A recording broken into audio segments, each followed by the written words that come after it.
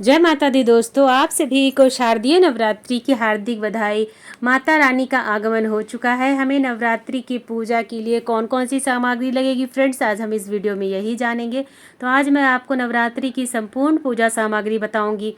पूजा आप कलश स्थापना करके करें या फिर नहीं करें, आपको संपूर्ण सामग्री एक ही वीडियो में मिल जाएगी फ्रेंड्स। तो सबसे पहले हम चौकी पर बिछाने के लिए लाल रंग का आसन ले लेंगे।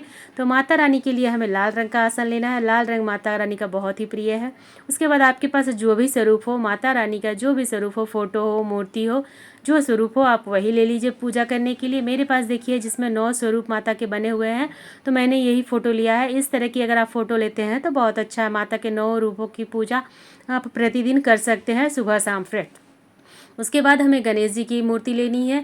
तो गणेश जी को यदि आपके पास नहीं है तो आप सुपारी में कलावा लपेट कर गणेश जी बना लीजिए, क्योंकि प्रथम पूजा है और गणेश जी के बिना कोई पूजा नहीं होती। तो आपको गणेश जी की पूजा जरूर करनी है फ्रेंड्स। साथ में हमें कलश लेना है। कलश स्थापना करने के लिए कलश ले लीजिए। कलश आप मिट्टी का लीजिए, तांबे का लीजिए, पीतल का लीजिए, ये टोटल आपकी इच्छा है। इसमें हम पहले ही कंठ पे मौली लगा दिए हैं ताकि हमें कलश स्थापना के समय देरी ना हो। साथ में हमें आम के पल्लू लेने हैं।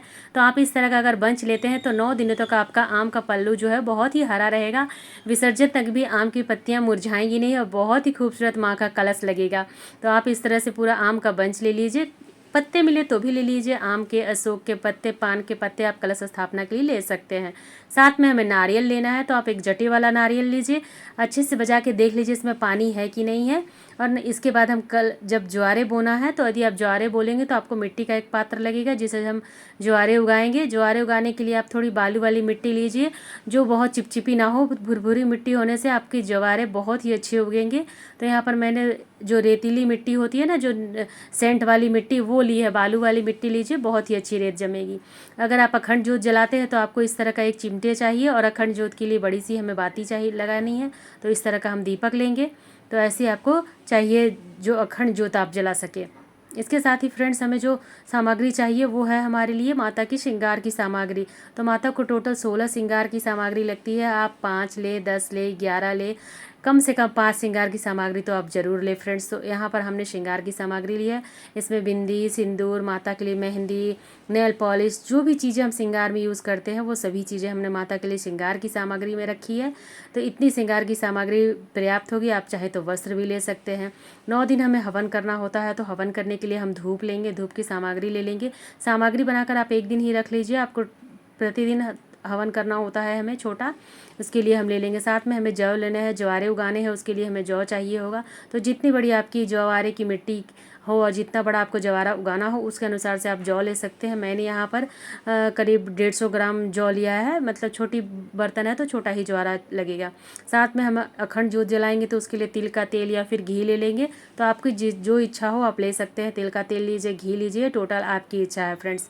साथ में हमें ढेर सारा लौंग और इलायची लेना है। माता को प्रतिदिन भोग लगाने के लिए और हवन करने के लिए हमें लौंग और इलायची की ज़रूरत पड़ती है।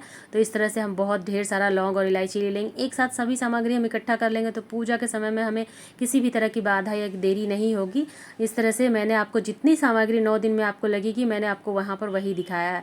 भोग लगाने के लिए हमें बताशे चाहिए। प्रतिदिन बताशे का भोग माता को जरूर लगाया जाता है। लौंग बताशे का भोग लगाएंगे, मिश्री का भोग लगाएंगे। इसके लिए आप इतनी सारी मिश्री और लौंग बताशे एक साथ ले लीजिए फ्रेंड्स। तो मैंने पूरी तरह से कोशिश की है यहाँ पर आपको 9 दिनों की पूरी सामग्री दिखाने के लिए। कुछ रह जाए तो क्षमा कीजिएगा फ्रेंड्स। फिर हम बहुत सारा दीपक ले लेंगे, लंबी बाती या गोल बाती आपकी इच्छा है।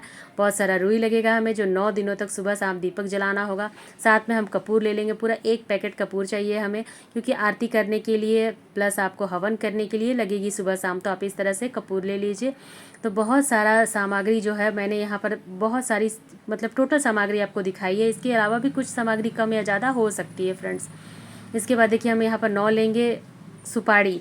9 ग्रह या का जो निर्माण होता है, 9 देवियों का जो होता है, उनकी पूजा के लिए हम 9 सुपारी ले लेंगे। साथ में हमें अक्षत लेना है कलश स्थापना करने के लिए और प्रतिदिन की पूजा के लिए। तो कलश स्थापना में आपको अष्टदल कमल बनाना है और प्रतिदिन की पूजा में भी हमें अक्षत लगेगा। तो हम ढेर सारा अक्षत ले लिए हैं। आप अपने अकॉर्डिंग अक्षत रख सकते हैं। अगर आपको अष्टदल कमल नहीं बनाना तो आप थोड़ा सा ही ले सकते हैं। साथ में गंगा जल ले लेंगे। कलश स्थापना के लिए हमें गंगा जल की ज़रूरत पड़ती है। यदि आप शाम को नहीं नहाते हैं तो थोड़ा सा गंगा जल छींट कर आप शाम की पूजा कर सकते हैं फ्रेंड्स। तो इसके लिए हमें गंगा जल लगेगा।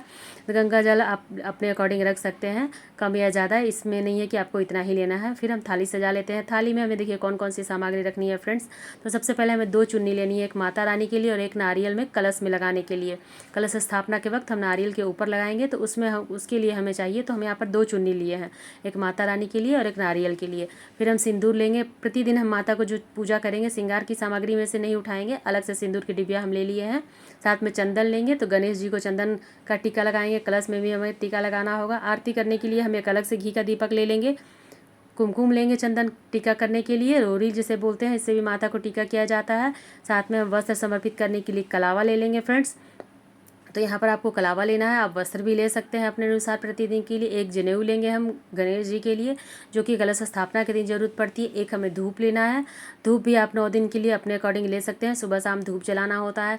साथ में हमें दक्षिणा लेनी है, तो दक्षिणा हमें केवल एक ही दिन समर्पित करनी होती है, तो दक्षिणा हम एक ही साथ ले लेंगे, जितनी आपकी इच्छा हो।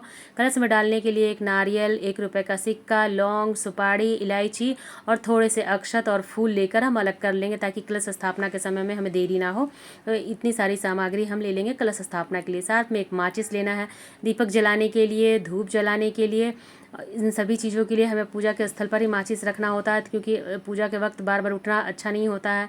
ऋतुफल हम प्रतिदिन चेंज करेंगे, जो भी ऋतुफल आपको मिले हर दिन नया लाइए, हर दिन नया चढ़ाइए। तो फलों का भी भोग आप माता रानी को जरूर लगाइए। केले का भोग विशेष रूप से माता रानी को लगता है, तो आप ऋतुफल अपने अनुसार से कम या ज़्यादा कर सकते हैं। इसके अलावा हमें देखिए लाल फूल माता रानी को बहुत अधिक प्रिय है, गुड़हल का फूल। इसके साथ ही दुर्वा लगेगी गणेश जी को, तो आप प्रतिदिन दुर्वा लाइए। और 2 पान के पत्ते हमें प्रतिदिन लगेंगे। ये सिर्फ एक दिन की फूल सामग्री है, जो आपको प्रतिदिन इतनी फूल सामग्री लगेगी। आप फूल अपने अकॉर्डिंग ले सकते हैं, कम या ज़्यादा। 2 पान के पत्ते माता रानी को प्रतिदिन लगते हैं, आप चाहे तो 1 ले सकते हैं, लेकिन 1 पान के पत्ते तो आप कम से कम जरूर लीजिए फ्रेंड्स। तो इतनी सामग्री हमारी पर्याप्त होती है 9 दिनों की पूजा के लिए, कलश स्थापना से लेके आपको अष्टमी नवमी तक की पूजा के लिए। साथ में हम देखिए छोटे छोटे उपले बना के रखे हैं, गाय के उपले हैं, जो आपको हवन के लिए प्रतिदिन हवन होता है। नवमी के दिन तो विशेष हवन होता है, लेकिन प्रतिदिन हवन करने के लिए हमें ये उपले लगेंगे, तो ये भी आप ले सकते हैं। इस तरह का बर्तन ले लेंगे हम धूप जलाने के लिए, उपले जलाने के लिए और माता रानी को लौंग का हवन करने के लिए। पूजा में आपको डिटेल वीडियो मिल जाएगा कि आपको पूजा कैसे करना है, हवन कैसे करना है फ्रेंड्स। तो देखिए इतनी सामग्री हमारी पर्याप्त होगी नवरात्रि के 9 दिनों तक माता की आराधना और पूजा करने के लिए। सामग्री कम या ज़्यादा आप अपने अनुसार से कर सकते हैं फ्रेंड्स, लेकिन मतलब बेसिक सी सामग्री इतनी है जो आपको नवरात्रि की पूरी तरह से पूजा हो जाएगी। इसके अलावा कलश स्थापना कैसे करनी है, बाकी चीज़ें आपको कैसे करनी है, इसका डिटेल वीडियो चैनल पर मिल जाएगा फ्रेंड्स, वहाँ से आप जाकर देख लीजिएगा। आपको यह वीडियो कैसा लगा मुझे ज़रूर बताइएगा फ्रेंड्स। वीडियो बनाने में मैं कोशिश करती हूँ कि कम से कम सामग्री और पूरा जानकारी आपको दे सकूँ फ्रेंड्स। तो आपको कैसा लगा मुझे ज़रूर बताइएगा। राधे राधे फ्रेंड्स।